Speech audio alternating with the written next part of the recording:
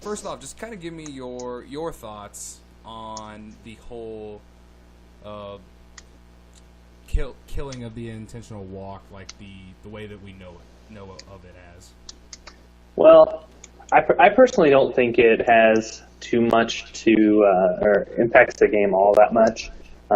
People, the people who are against the new rule are saying, well, you could have an errant wild pitch, but how often do you have a wild pitch in a regular, game, and then you only have an intentional walk every 3 games on average in Major League Baseball? So when you combine the two of those, it's just so rare.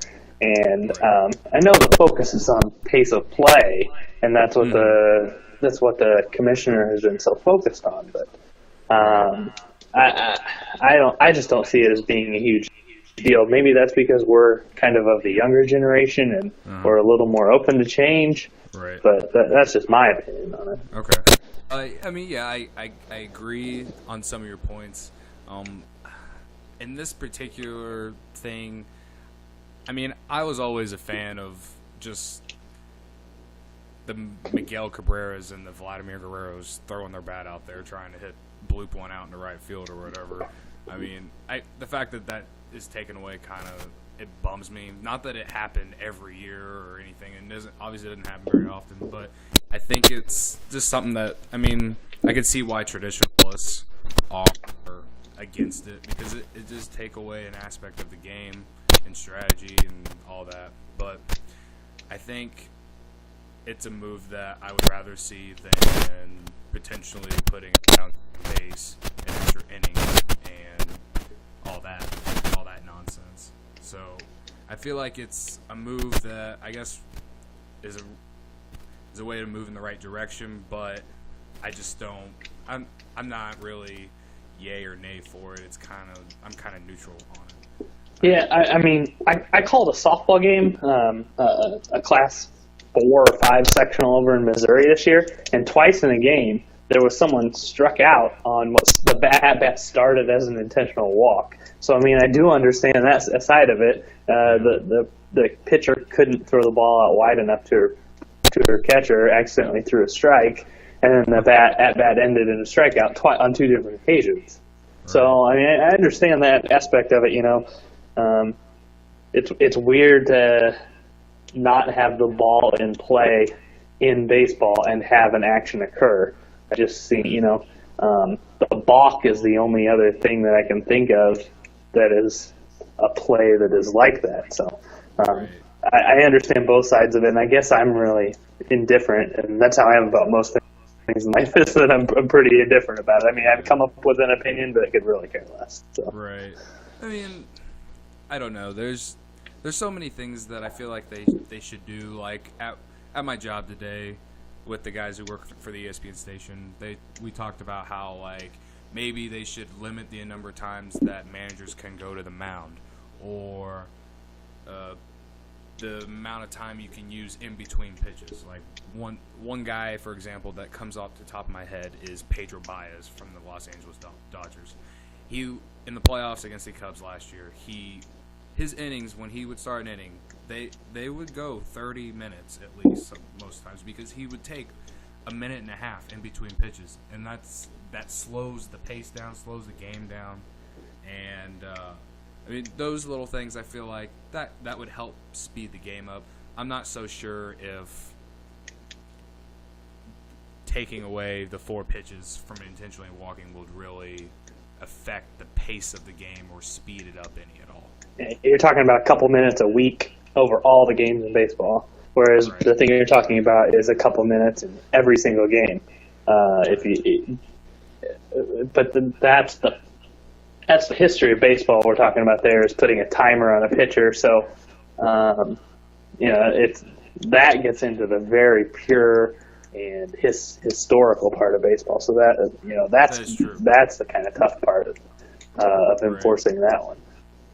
Yeah, I don't know. For the casual fan, they won't understand that, I think. I think for guys that pay attention, watch at least 100 of the 162 games a year, they would see sometimes the strategy that's put into that, whether the pitcher's on the mound and him and his catcher aren't agreeing on what he wants to throw, or, you know, they're just trying to communicate and they'll take their time or whatever. So, yeah. I understand how that that is affected. I don't know, though. It's just, I feel like if they want to speed the game up, there's something in that range where I feel like they need to do that. Sure, and I don't think the casual fan realizes, like, if you go to a baseball game and you sit there and watch the first 6 innings, how fast those first 6 innings go compared to when you get into the bullpen. It's unreal. It really is. And that was another thing, maybe cut down the amount of changes you can make in an inning or something like that. I mean, I know that really affects the game, I think. But sure, and that would really affect your Cubs, because Madden is very hands-on. Yes. And I agree very much. That would definitely affect the Cubs a lot, the way Joe Madden does things. And he's not the only one. I've seen many games where managers go out after bringing a guy in after one guy, because you got left-handed specialists, you got right-handed specialists, whatever. It's just, I feel like with this move, with the whole and getting rid of the intentional walk, it's kind of, I guess there's not, I don't think it really benefits. So. Sure. Okay. Well, I think we're going to move on to our next subject, and my friend Eric here, he is a lifelong Cardinals fan, and when we were in high school, we talked plenty baseball, and we talked,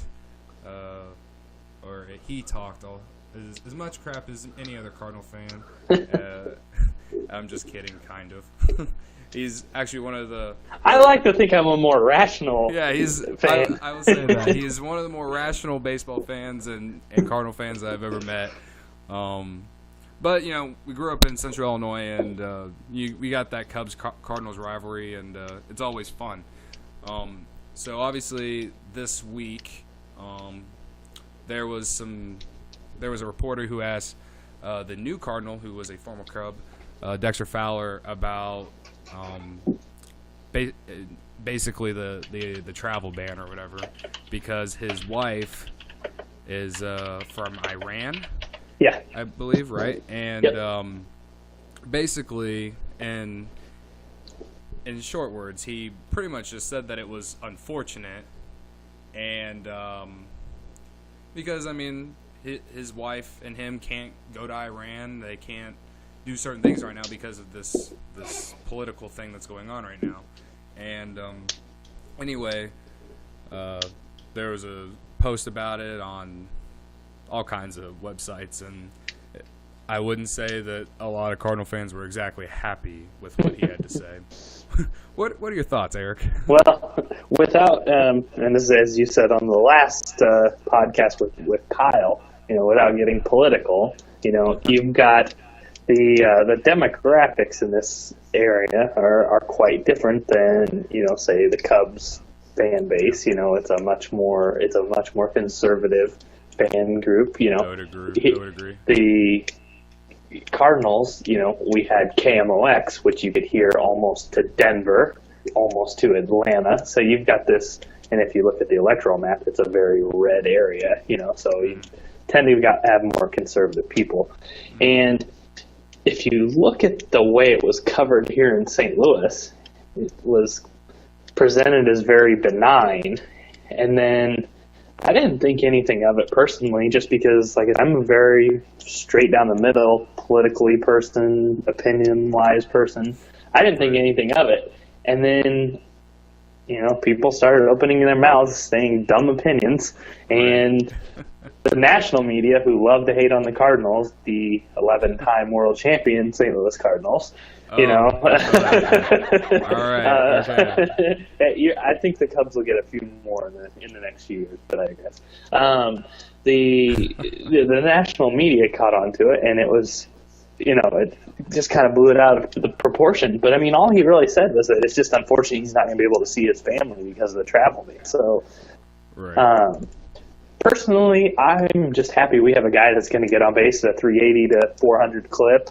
Right. and, be able to do the kind of things he's going to be able to do in the field. And, there's a very large set of people who live here who root for the Cardinals who agree with me. Mm-hmm. And then there's a very large percentage of people who are embarrassing. So that's just the way I'll put it, and leave it like that, and try not to touch any of the toxic political parts of the of the conversation. Okay. I'll be the first to say that you guys, Cardinal fans, they get a bad rep for these kind of things.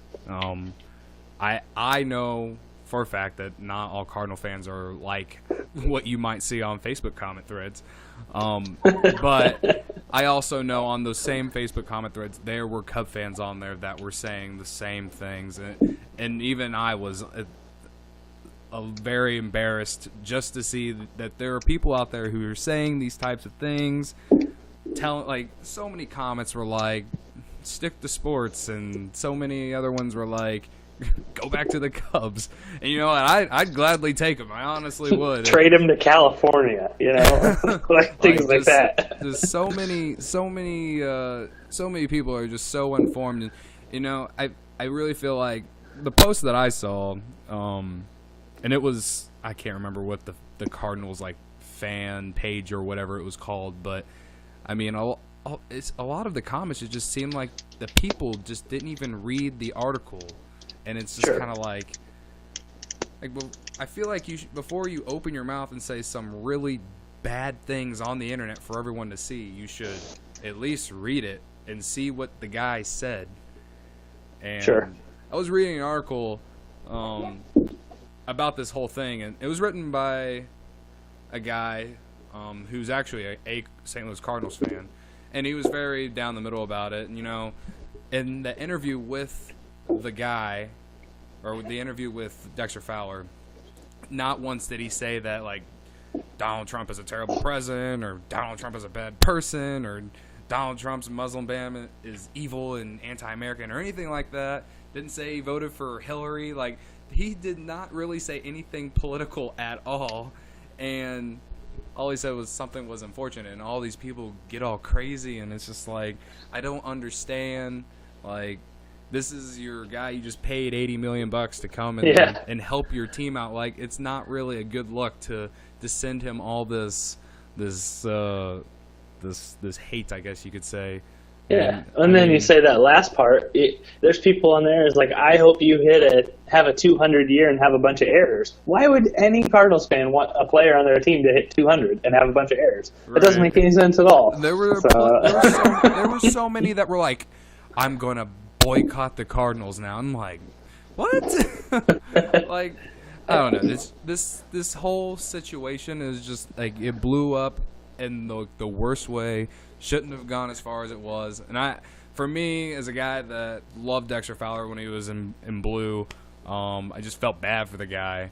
And I've been one of the Cub fans over the last 3 months that was happy that he got the money, because I knew the Cubs weren't going to do it because they have guys up and coming, and they didn't want to pay or invest that kind of money into Fowler whenever they have potential. Well, one thing. Go ahead. Go ahead.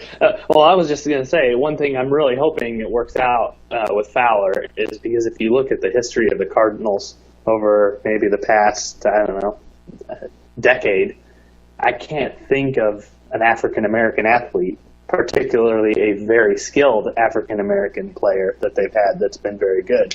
And it's good for the team to have that kind of diversity on the team, and for the town and for the fan base, because that's just been something they've been lacking. I mean, they've had very good, successful players from the Dominican, Albert Pujols, and they had Rafael Furcal at the end of his career. They've had a lot of players like that, but they haven't had any black players. And so I've been rooting for Fowler ever since I found out we signed him. I just think that's really good. And St. Louis is we have a large contingent of African American a very large African American population. So I'm really rooting for this to go well, and this is not a very good start for that to go. Right.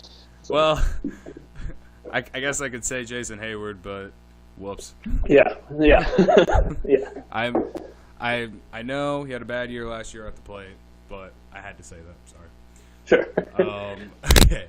Well, I'm gonna move on to something more lighter.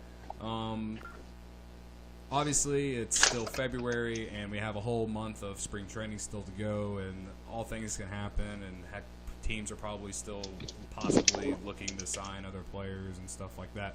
But I wanted to go through our top 3 or 4 headlines going into this season, and we talked before the show a little bit about what some of our points were. We had 2 out of the 3 were the same for us, and one of them being the Cleveland Indians, who I've spent all offseason trolling because my team beat them. So, but in all honesty, I really believe the Indians are one of the full front run favorites to win it all this coming season. I mean, as much as I love to talk about the Cubs forcing 7 games after they were down 3-1, the Indians didn't even have two of their best pitchers in that series, and I always wonder what would have happened if they would have had those guys. And I mean, I don't know. I don't think about it as much, but I really think the Indians are destined to be back in the World Series this year. Yeah, I mean, I have some concerns about them, but on the face of it all, they are better than they were last year.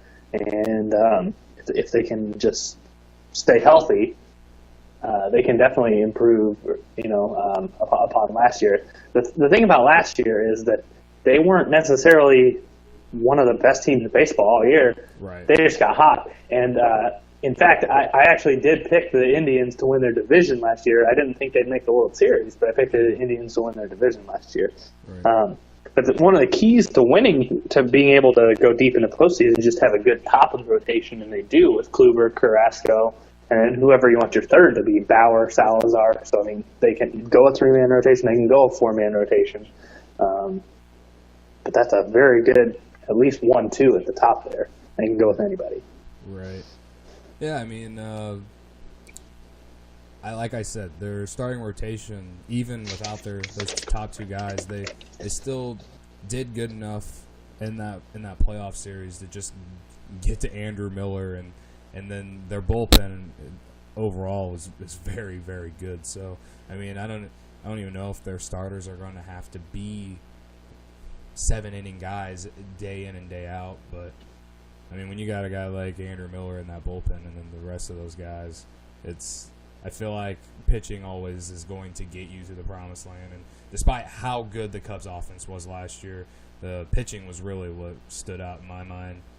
They had 3 of their 5 starters had an ERA below 3 all season, and stuff like that. So I really think the Indians can be a team like that this year, and it honestly scares me, but also I'm very thankful they're an AL team. Yeah, I mean, Kluber I'm worried about because he had a career-high 249.1 innings last year, so 249 and third innings if you include the postseason.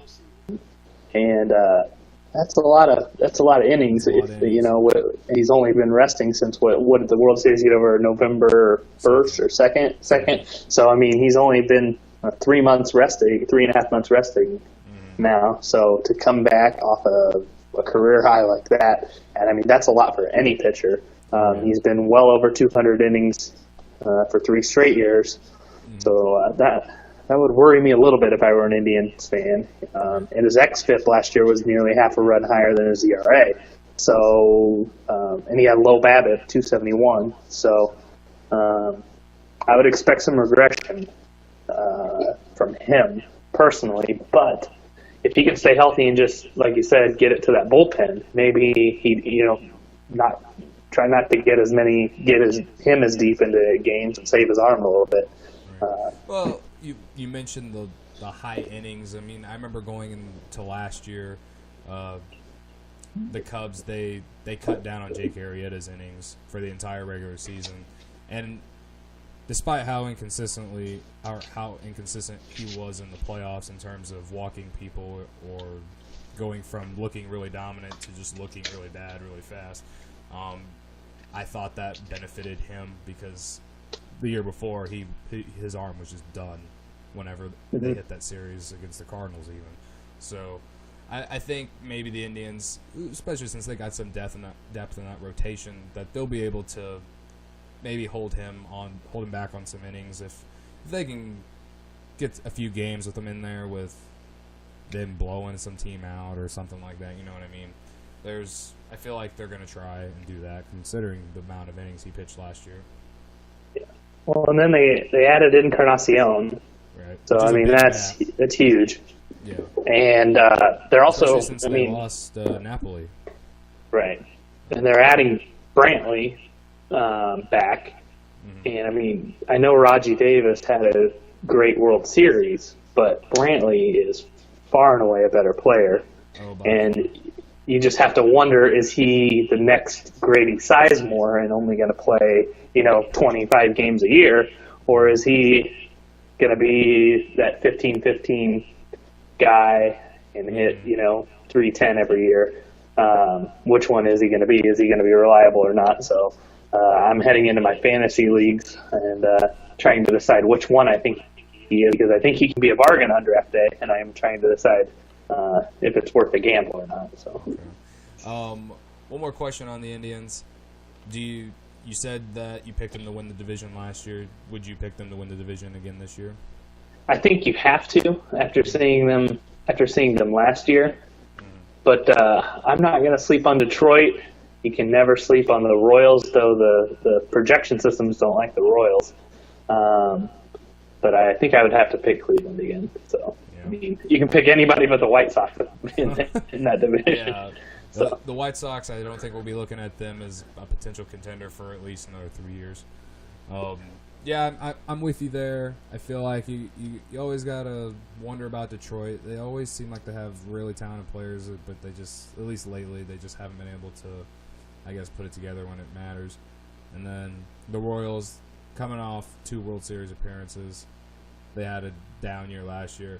And, I mean, they retooled a little bit. They took a few of the Cubs players, and they were valuable for the Cubs. Who knows if they can be valuable for the Royals. And Jason Hamill, he's a good first half guy. Second half, he's and then Travis Wood's a solid guy in the bullpen. He's as a long relief or even late inning guy. So I feel like to go with the team that they already have, that's very experienced. That I feel like they're still a threat. So sure.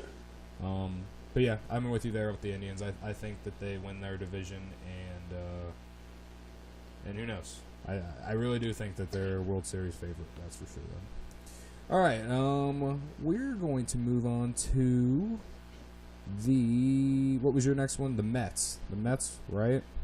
Yeah. And let's see. Last year they got to the NL wildcard game in which Connor Gillespie came out and destroyed them and turned into some kind of I forgot about that. Yeah, they got to that wild card game and it was real close, right? It was 0-0, and then Connor Gillespie hit the big home run, and then I got scared because I knew the Cubs were going to have to play the Giants, and it was an even year. So forgot about that. Yeah, so I think the big story about the Mets obviously is health for their rotation.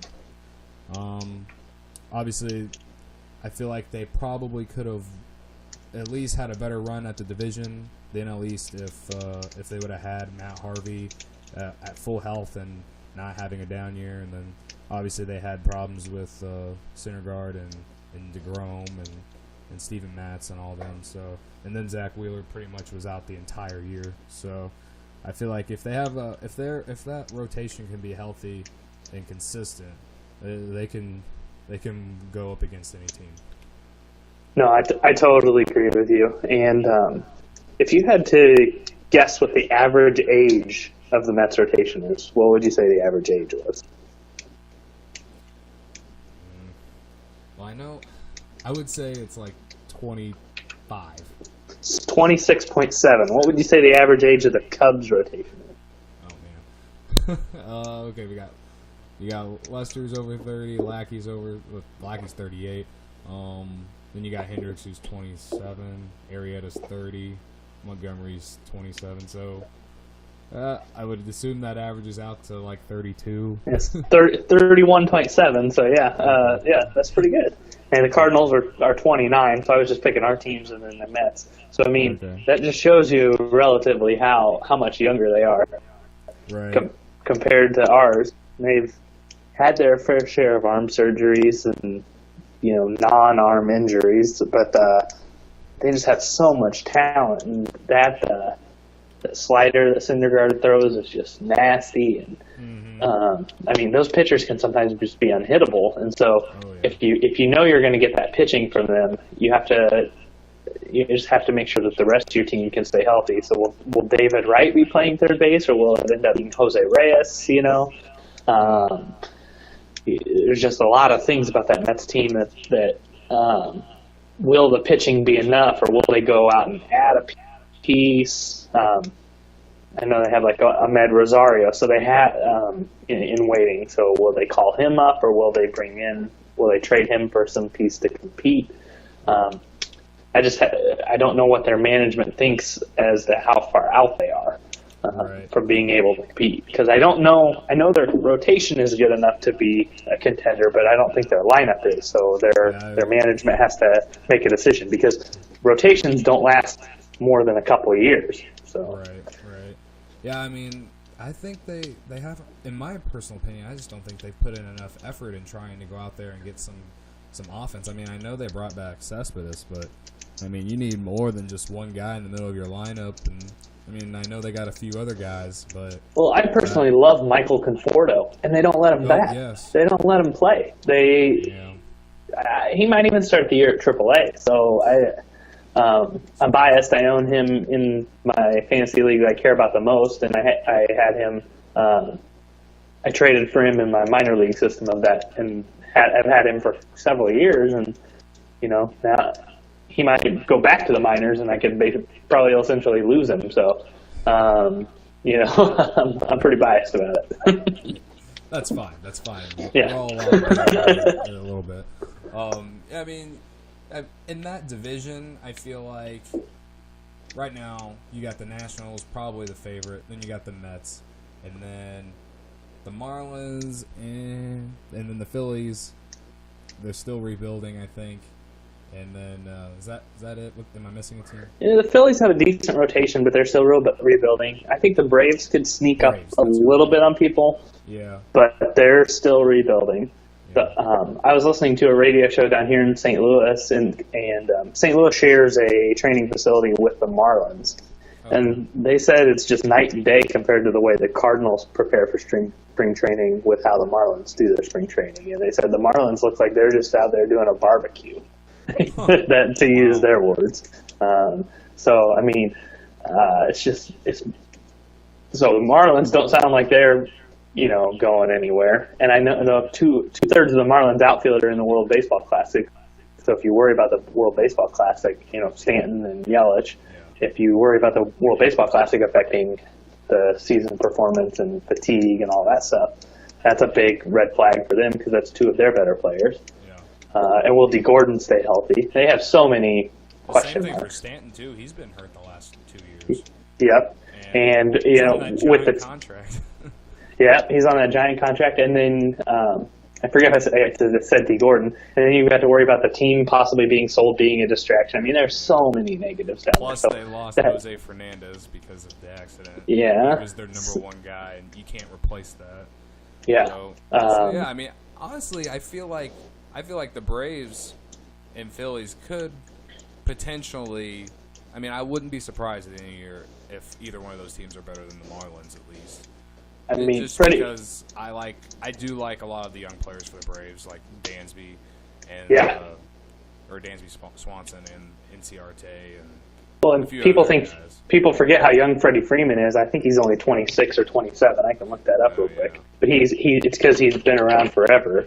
And he kind of came into he's his own 27. So I mean, he's right in the prime of his career, and he's a 400 on base guy almost. So. He actually hit exactly 400 on base looking at it right now. So that's impressive stuff. So, I mean, he's real good. Yeah. Okay. Well, all right. I think we move on to the next one. I know you wanted to talk a little bit about the Astros, but I'm going to start with the Red Sox because I know we both have plenty to say about that as well. Yeah. Obviously, the Red Sox, they were the big talk of the offseason because they traded and got Chris Sale to add with that rotation that they have of David Price and I can't think of any of the other names off the top of my head at the moment, but it's looking like their rotation could potentially be one of the best in baseball, especially if David Price kind of rebounds from last year. I know a lot of people didn't think he had that great of a year. What do you think about them? Do you think they're favorites to win the AL East right now? I absolutely think they are, and even though I think their pitching, other than Price, is due for some regression. Porcello in particular. I really like Eduardo Rodriguez at the back end of that rotation. I like him, and I think David Price will be just fine. Losing Ortiz is going to hurt, but I like Benintendi. Mookie Betts is phenomenal. He's just so awesome to watch him play. Yeah. I actually drafted him in my league, but ended up trading him away for Kershaw last year, and then flipped Kershaw into a bunch of pieces. So, wish I would have kept Mookie Betts, but I digress. I think the Red Sox are they're gonna be what they are every year. They're gonna score a bunch of runs, and it's just gonna be, can you score more runs than them? It's really hard to do. So. Yeah. They build a team to play their ballpark, and I think they do that really well. So it's just going to be something to watch. Right. Yeah, I really love a lot of their young players, not only just because Theo Epstein drafted or signed them or whoever, because he's kind of a genius in my mind, but just because I really like teams that build around young guys and stuff like that. And then with their pitching and getting Chris Sale, which is, I just think is a great move for them because his contract is so favorable, and I think he's a guy that if he plays well there for the next few years, he would stay there, and depending on whatever happens down the road, I think he would go down as one of the best pitchers they've had in the last 10 years for sure. He's a phenomenal pitcher, and I think he'll do well in that ballpark. A lot of strikeouts as well, and that's something you need in that division. Another thing good is when you go on the road to Yankee Stadium, if you throw a lefty, you're going to see a lot of right-handed bats. They tend to pull the ball to the right, and it's hard for in that ballpark, right-handed power is really hard to hit. So, so that's good for that division. To have that. So, very good addition for Boston. Okay. All right.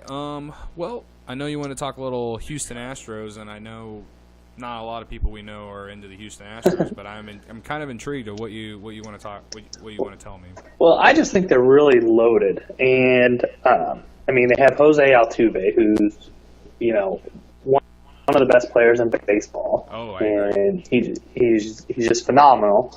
And I think they just have a surplus of talent. They have Evan Gattis, who I think is he could hit 35 or 40 homers in a year. Yep.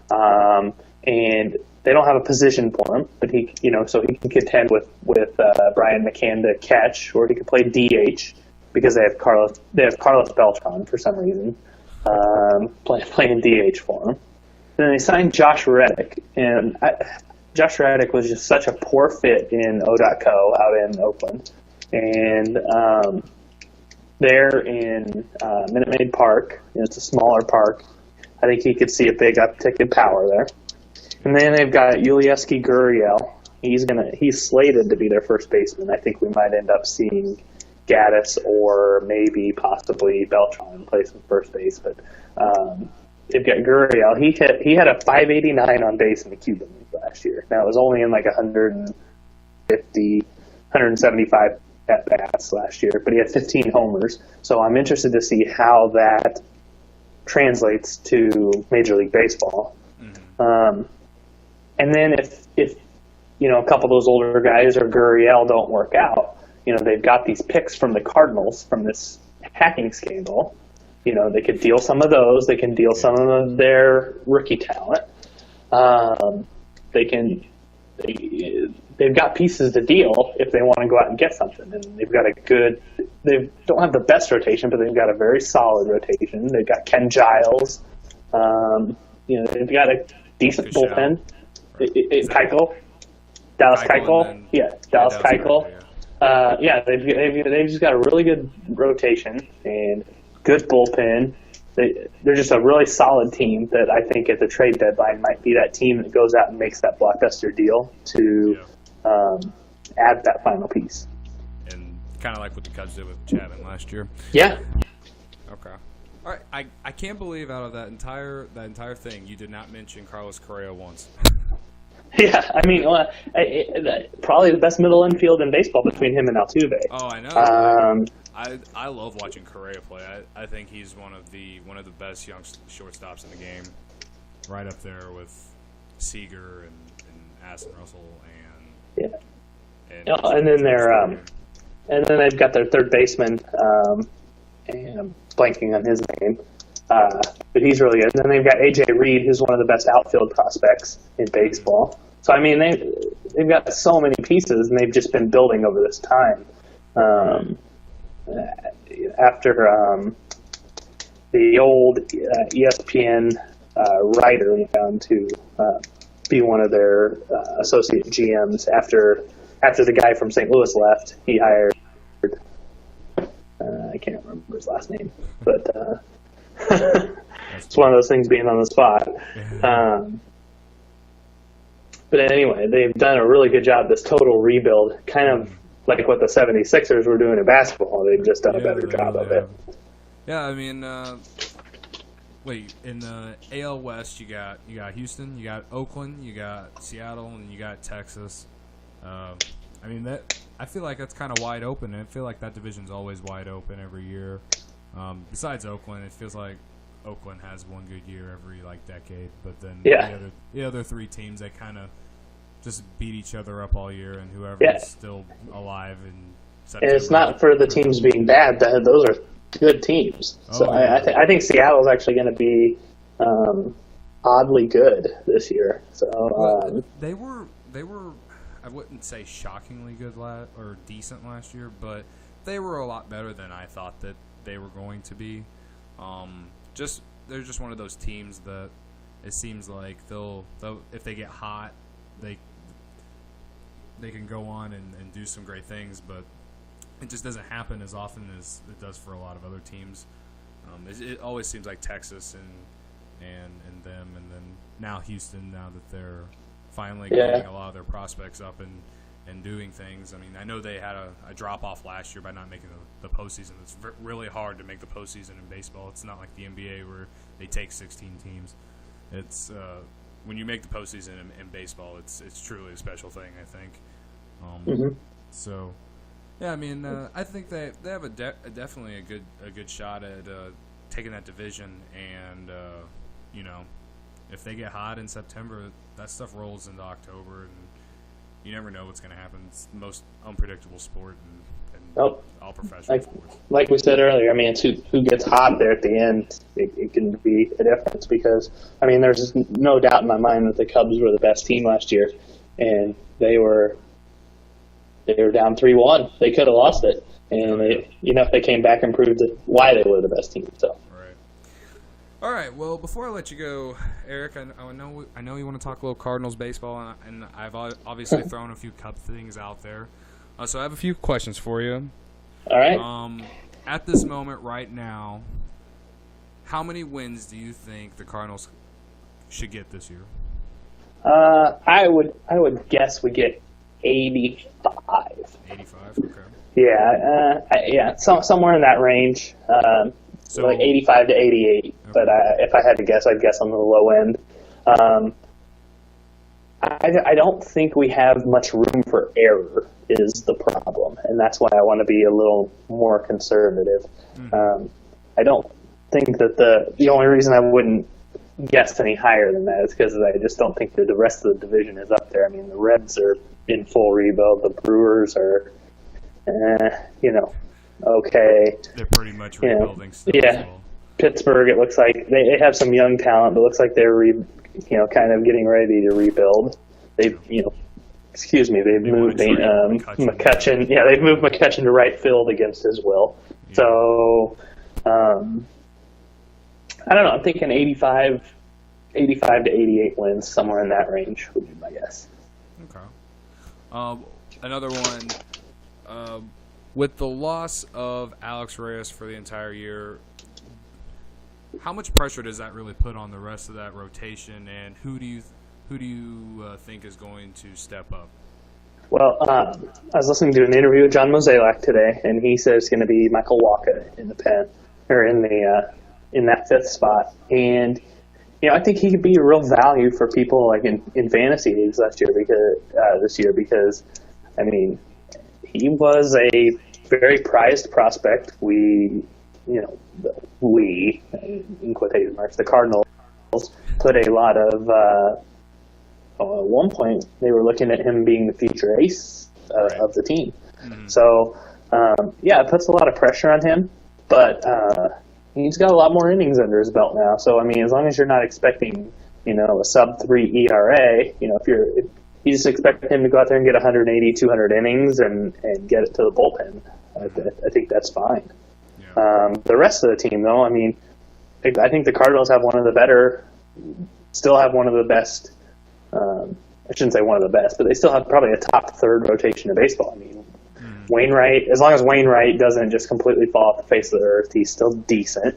Carlos Martinez is a very good pitcher. We're still a long ways away from getting I'm drawing a blank, but the Cardinals' next prospect. He's still no, he is going to start the first spring training game for him.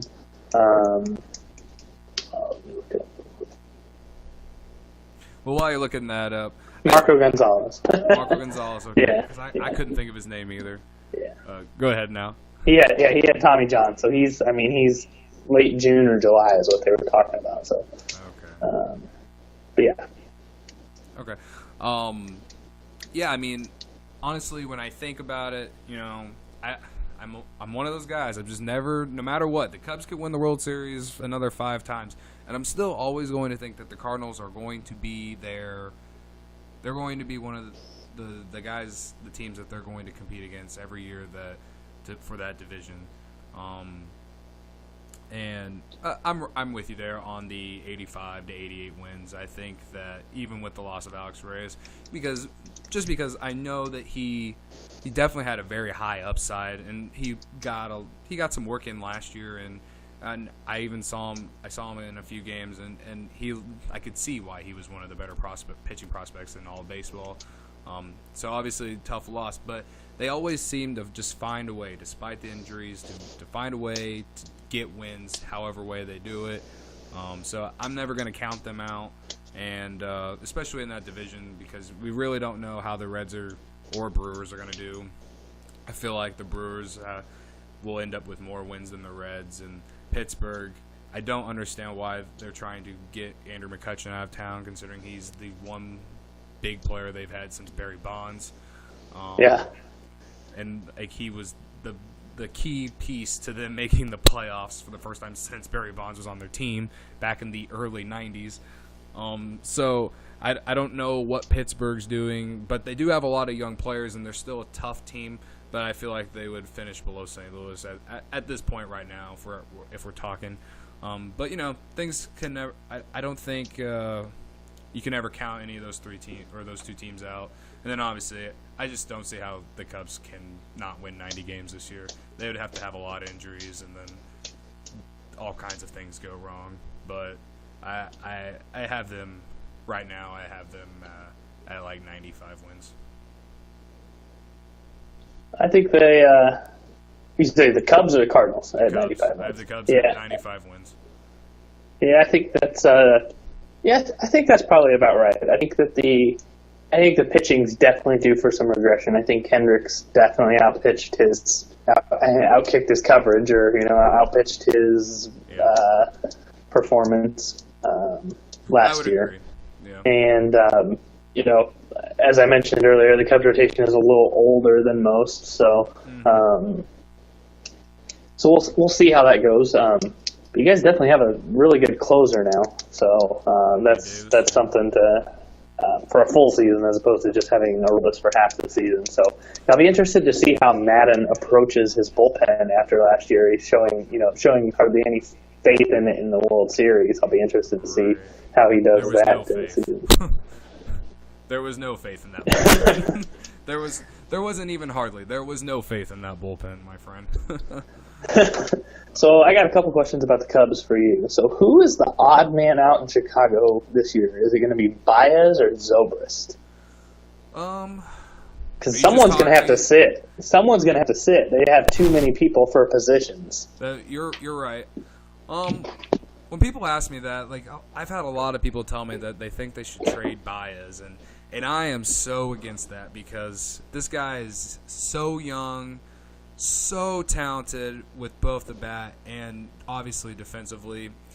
And what I love about him defensively is, like, he's kind of like the mini Zobrist. Like, he's like the new Zobrist that Madden kind of found when he came to Chicago, because you know how he kind of made Zobrist who Zobrist is in Tampa Bay. I feel like the way Madden does things in the regular season, that he'll be able to still get Baez and Zobrist roughly the same amount of at-bats. I feel like he'll probably play Baez more against left-handed pitchers. Zobrist is switch hitter, but either way, you know, he's getting older, and last year was Zobrist is arguably one of the best years of his career. And, you know, like I said, he's getting older. He's probably due to regress a little bit. So I feel like Baez eventually at the end of the year will have more at-bats than him.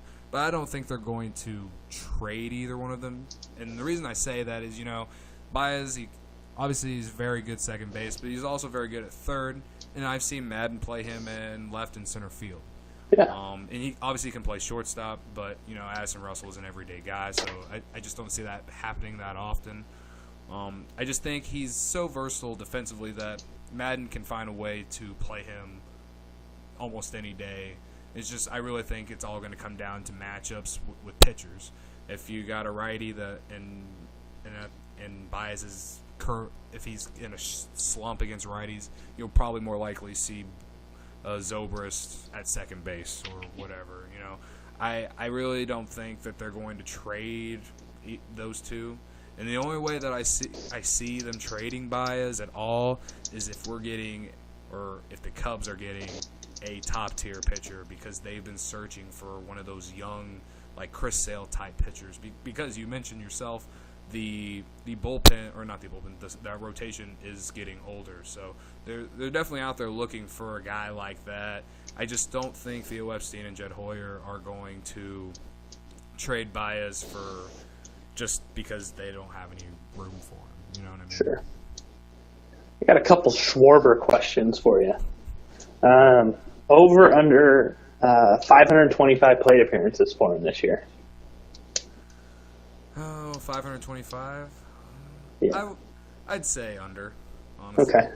Just because, once again, like, I feel like Schwarber is going to be an everyday guy, but I don't know if Madden's going to pitch it, or I don't know if Madden's going to start him against lefties all the time. And I know Schwarber, honestly, I feel like he potentially could be one of the best players in baseball in terms of his offense. But, you know, there's so much talent on this Cubs team that, you know, I think he will think more about rest than get him in there all the time.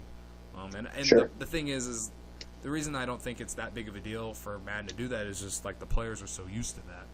They're used to different lineups every day. They're used to just nothing being normal, honestly.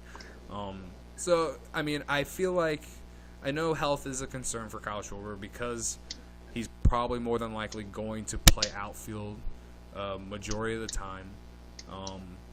And after that injury, that freak injury last year, it's scary. But I think most fans of him should be optimistic just because, I mean, what he did in that World Series, the fact that he hadn't even swung a bat in 5 months or whatever it was, came out there and did what he did is just amazing to me. Yeah, it was definitely impressive. How many games do you think he plays at catcher? Well, I've been thinking all offseason that he would be. I don't think he would be like the David Ross type where he would only catch one particular guy, but he would be a guy who would catch like once a week maybe. I mean, I know going into spring they've kind of talked about how he's the third catcher off the bench, but they're still not really sure if he's going to play catcher at all. I think there's a quote out there where Theo Epstein said that they're looking for him to play catcher in 2018. So I don't know yet. It's obviously still early in spring training, and he obviously has a lot to prove and to show Joe Madden and all the coaches that, you know, he can be a durable guy back there. But I don't think he'll play a lot of catcher. I think majority will be out in left or right field, and I think that if he plays any catcher at all, it'll be like a David Ross type role where it's just like once a week. Yeah. And I feel like he would be like Mike Montgomery's catcher or Lackey's or someone like that.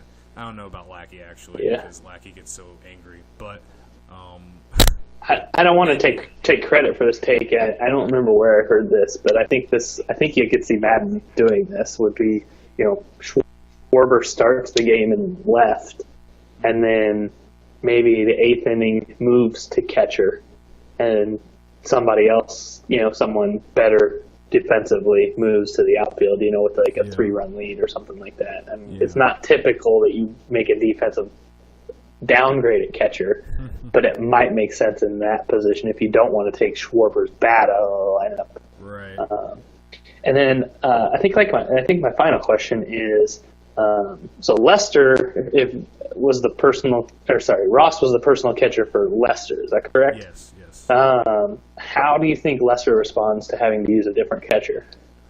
I think at first it'll take some getting used to, and I'm really glad that spring training is as long as it is for that fact.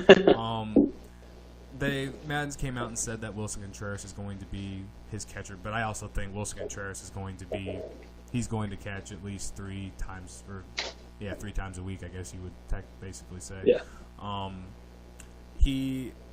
The reason being that I think he'll struggle at first is just because David Ross has been John Lester's catcher for the last 2 years with the Cubs and the majority of his career overall. But I think Wilson Contreras is a solid guy that they can use because he has a great arm. He's proven that he's a great defensive catcher, I think. And, you know, a lot of people like to talk about his offense, but I think defensively he's only going to get better. But I think that at first it will be a struggle for them, and I'm hoping that it only shows in spring training. Yeah. So.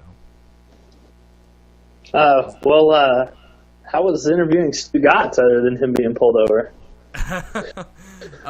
Stu Gatz. Okay, so if most of you don't know, at my job at ESPN Peoria, me and my co-partner Rodney Newpel, we had Stu Gatz from the Dan Le Batard show on, and I don't know how we set those up. I'm not exactly the lead guy there. I just kind of co-host and, you know, have my hot takes or whatever. But anyway, Rodney got the interview set up for Stu Gatz, and he like called in while he was driving. That's so Stu Gatz, by the way. He called in while he's driving, and we didn't realize that he was driving at first. He was just, you know, he called, and, you know, we're of course we asked him about some local things. We obviously asked him about the whole Jimmy Butler and Dwayne Wade controversy with the Bulls. One, because Dwayne Wade used to play in Miami, so they have strong ties there, and Stu Gatz, I think he's one of the few guys in Miami that isn't the biggest fan of Dwayne Wade. But we talked a little basketball, and then I asked him a few football questions and stuff. I mean, it was a cool interview. But yeah, when he got pulled over, man, that was one of the funniest things I've ever experienced in radio in my entire life. So it was fun, and, you know, was pretty cool to hear your voice on the show too, on the Dan Le Batard show. Yeah. I listened to it at least like 10 times because I was like, I'm on the Le Batard show right now. Yeah. I listened to that several times a week, so it was, and I just happened to not be listening that day. And then you texted me, and I was like, "Oh my god, I wish I would have been listening to this." So that was pretty cool. All right. And I was gonna tell you, in the open, and I forgot that I don't think your Alshon Jeffrey take from the last show is all that crazy. You know, I think with a new QB and all the bad defenses in the NFC North, you know, assuming that Jay Cutler leaves in Chicago, and I'm not a Bears fan for anybody listening. Yeah. I mean, he's very talented. I don't think it's all that crazy of a take. So Right. Well, you know, I've always been a believer of the whole, oh, you're in your contract year, and if you're this talented and you know you want to get paid, yeah, I just don't see how Alshon Jeffrey is not motivated, especially after having such a bad year this year. And I really thought this year was the year that he was going to do great things, but then Andrew drafted him on his fantasy team, so that's why he was so bad. Yeah. I don't believe universally in the contract year, but if you look at it, like Adrian Beltre, Yeah. I think like 2007 or 2008, Adrian Beltre in a contract year, and then just a couple of years ago, I mean, you can definitely tell there was a difference. So some people I do believe it in, but I don't think it's a universal thing. But I don't think you're crazy for that take. So Okay. Well, or at least a homer. I don't think you're a homer. Yeah. So. Well, thanks for thinking that, because all Kyle talked about after that show was how I'm a homer, and then the fact that I took a shot at the Cowboys. But, you know, we were making bold predictions, and I'm just like, well, everyone thinks the Cowboys are going to go all the way next year, so I'm going to say they're not. So, anyway, yeah, Eric, this was a good show. We ended up talking an entire hour, so I appreciate you coming on, and I'm sure there will be more to talk baseball, and, you know, I'm always down to talk some fantasy sports, too. So yeah, anytime. I'm going to spring training next week, so I'm going down to Jupiter. Say, we should call in again for a much shorter segment, and maybe just kind of give me your take on what's going on down there in Florida. Yeah. I'm seeing the Cardinals and the Mets, so one of the teams we talked about today, or I guess two of the teams we talked about today. So, yeah, I'll try to be less lengthier next time on the show. But I appreciate you having me. It's a hobby for me, so I appreciate it, and it was a good time. So. Oh yeah, this is definitely a hobby for me too. So, but yeah, good time. We'll stay in touch. Yeah, take it easy, man. All right, man. I'll see you later.